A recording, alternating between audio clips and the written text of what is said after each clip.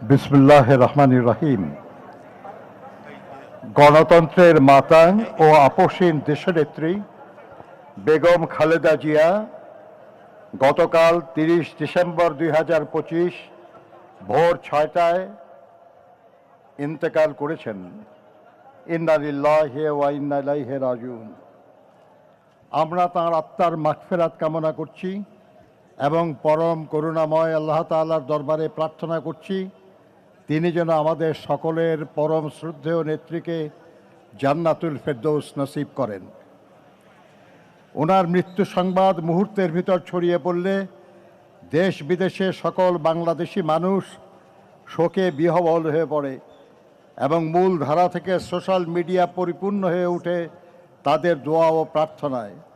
অন্যদিকে পুরো বিশ্বের রাজনৈতিক পরিমণ্ডল থেকে আসতে শুরু করে আন্তরিক শোকবার্তা। দেশনেত্রী বেগম খালেদা জিয়া জন্মগ্রহণ করেন 1945 সালে। শৈশব থেকেই তিনি পরিচ্ছন্ন এবং পরিপাটি থাকতে পছন্দ করতেন। ফুলের প্রতি ছিল তার গভীর অনুরাগ। পরবর্তী জীবনেও তিনি অভ্যাস বজায় রেখেছিলেন তার ব্যক্তিগত এবং রাজনৈতিক চর্চায়। তাই তার রাজনীতিও ছিল নিজের মতোই সৌন্দর্যমণ্ডিত।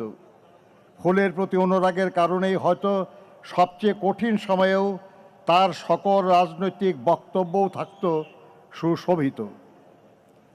1960 সালের 5 আগস্ট তৎকালীন সেনাবাহিনীর চৌকস কর্মকর্তা ক্যাপ্টেন জিয়াউর রহমানের সাথে তিনি বিবাহ বন্ধনে আবদ্ধ হন। তাঁদের 2 পুত্রের মাঝে জ্যেষ্ঠ পুত্র তারেক রহমান বর্তমানে বাংলাদেশ জাতীয়তাবাদী দলের ভারপ্রাপ্ত চেয়ারম্যান এবং কনিষ্ঠ পুত্র আরাফাত রহমান কোকো স্বৈরাচারী আওয়ামী লীগ সরকারের রাজনৈতিক প্রতিহিংসার শিকার হয়ে মালয়েশিয়ায় অবস্থানকালে প্রকৃতপক্ষে বিনা চিকিৎসায় 2015 সালের 24শে জানুয়ারি মাত্র 45 বছর বয়সে ইন্তেকাল করেন। তার লাশ যখন ঢাকায় আসে তখন তার মা দেশনেত্রী বেগম খালেদা জিয়াও ছিলেন তার গুলশান অফিসে সেই একই সরকারের প্রতিহিংসার শিকার হয়ে অন্তরীণ। দেশনেত্রী বেগম খালেদা জিয়ার রাজনীতিতে আগমন ছিল আকস্মিক, কিন্তু দেশের প্রয়োজনে তা ছিল অনিবার্য। 1981 সালের 30শে মে কতিপয় বিপদগামী সেনা কর্মকর্তার হাতে রাষ্ট্রপতি জিয়াউর রহমান বীর উত্তম শাহাদত বরণ করার পর দলীয় সরকারের ভিতরেই ষড়যন্ত্রকারীরা তৎপর হয়ে ওঠে। সাংগঠনিকভাবে বিএনপি এবং সরকার দুর্বল হয়ে পড়ে। সেই সময় দল এবং দলীয় নেতাদের মনোবল অটুট রাখার লক্ষ্যে 1982 সালের 3 জানুয়ারি দেশনেত্রী বেগম খালেদা জিয়া বিএনপির সদস্যপদ গ্রহণ করেন। শুরু হয় তার রাজনৈতিক জীবনের ক্লান্তিহীন পথ চলা। ক্রমশ দলের প্রতিষ্ঠাতা স্ত্রী হয়েও দলের গঠনতন্ত্র সমুন্নত রেখেও তিনি দলের ভাইস চেয়ারপারসন, ভারপ্রাপ্ত চেয়ারপারসন, তারপর দলীয় কাউন্সিলে নির্বাচিত চেয়ারপারসনের দায়িত্ব গ্রহণ করেন। তার 43 বছরের রাজনৈতিক জীবনের 41 বছরই তিনি দেশের অন্যতম প্রধান রাজনৈতিক দল বিএনপির শীর্ষ নেতা হিসাবে নেতৃত্ব দিয়েছেন, দলকে সুসংহত করেছেন, শক্তিশালী করেছেন। দীর্ঘ 9 বছর স্বৈরাচারী এরশাদের বিরুদ্ধে অবিরাম লড়াই করে 1991 সালে অবাধ সুষ্ঠু নির্বাচনের মাধ্যমে বিএনপিকে পুনরায় রাষ্ট্র ক্ষমতায় অধিষ্ঠিত করেন তিনি। জাতির কাছে তিনি পান আপসীন দেশনেত্রীর মর্যাদা। দেশ ও দেশের মানুষের স্বার্থ রক্ষায় চির আপসীন দেশনেত্রী দেশ বিদেশের কোনো অপশক্তির সামনে কখনো মাথা নত করেননি। কোনো প্রলোভন, কোনো ষড়যন্ত্র বা হুমকি তাকে তার জীবনের শেষ দিন অবধি আপোষের পথ বেছে নিতে বাধ্য করতে পারেনি। তিনি বরাবর থেকে গেছেন দেশের মানুষের পাশে। তিনি বলতেন, বিদেশে আমাদের বন্ধু আছে, প্রভু নেই। জনগণের কল্যাণে গ্রহণ করেছেন একের পর এক যুগান্তকারী কর্মসূচি। উন্নয়ন ও সমৃদ্ধি অর্জনে তার সাফল্য বাংলাদেশকে বিশ্ব চিনেছিল ইমার্জিং টাইগার হিসাবে। জনগণের ভালোবাসায় সিক্ত হয়ে প্রধানমন্ত্রী নির্বাচিত হয়েছিলেন 3 বার। প্রতিটি জাতীয় নির্বাচনে একজন ব্যক্তি যতটি আসনে প্রতিদ্বন্দ্বিতা করতে পারে তিনি তা করেছেন,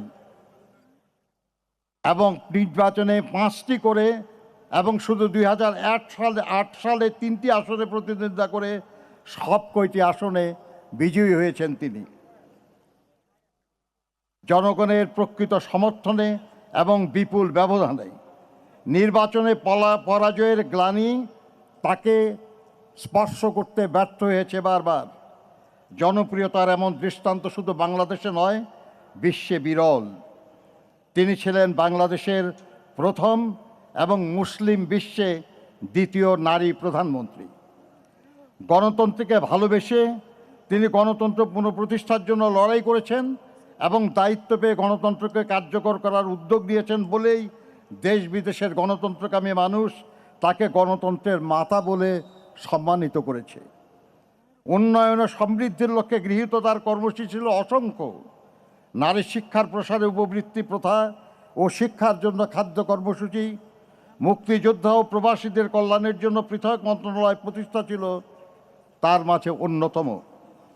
দেশনেত্রীর ব্যক্তিগত জনপ্রিয়তা, সাংগঠনিক সক্ষমতা এবং দেশের স্বার্থে অনমনীয়তা তার রাজনৈতিক প্রতিপক্ষ রাজনৈতিকভাবে মোকাবেলা করতে ব্যর্থ হয়ে তাকে ব্যক্তি শত্রু হিসাবে গণ্য করা শুরু করে। স্বৈরাচারী শেখ হাসিনা, স্বৈরাচারী হোসেন মোহাম্মদ এরশাদ, এমনকি তথাকথিত 1/11 সরকারের সময়ও দেশনেত্রীকে কারারুদ্ধ করা হয়। ফ্যাসিবাদী হাসিনা স্রেফ প্রতিহিংসা চরিতার্থ করার জন্য দেশনেত্রীকে তার শহীদ স্বামীর স্মৃতি বিজড়িত বাড়ি থেকে উৎখাত করে এবং মিথ্যা অভিযোগে 17 বছরের কারাদণ্ডে দণ্ডিত করে। তবুও আধিপত্যবাদী অপরাজনীতির সাথে তিনি আপোষ করেননি মত প্রকাশের স্বাধীনতা কিংবা ভোটাধিকারের প্রশ্নে।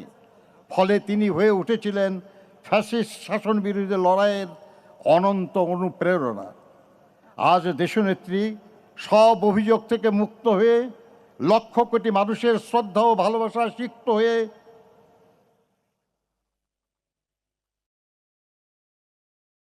আজকেই জানা যায় আমাদের সামনে আছেন।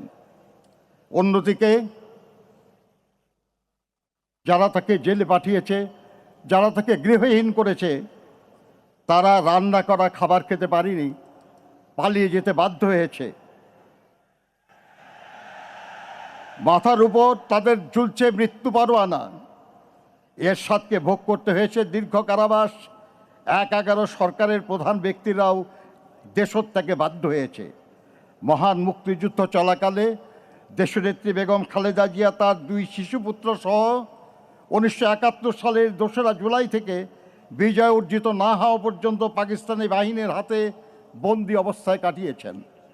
স্বামী স্বাধীনতার ঘোষণা দিয়ে মুক্তিযুদ্ধের সেক্টর এবং ফোর্সেস কমান্ডার হিসেবে দায়িত্ব পালন করেছেন, আর তার ফলস্বরূপ দেশনেত্রী বেগম খালেদা জিয়া তার 2 শিশুপুত্র সহ ছিলেন পাকিস্তানিদের হাতে বন্দী।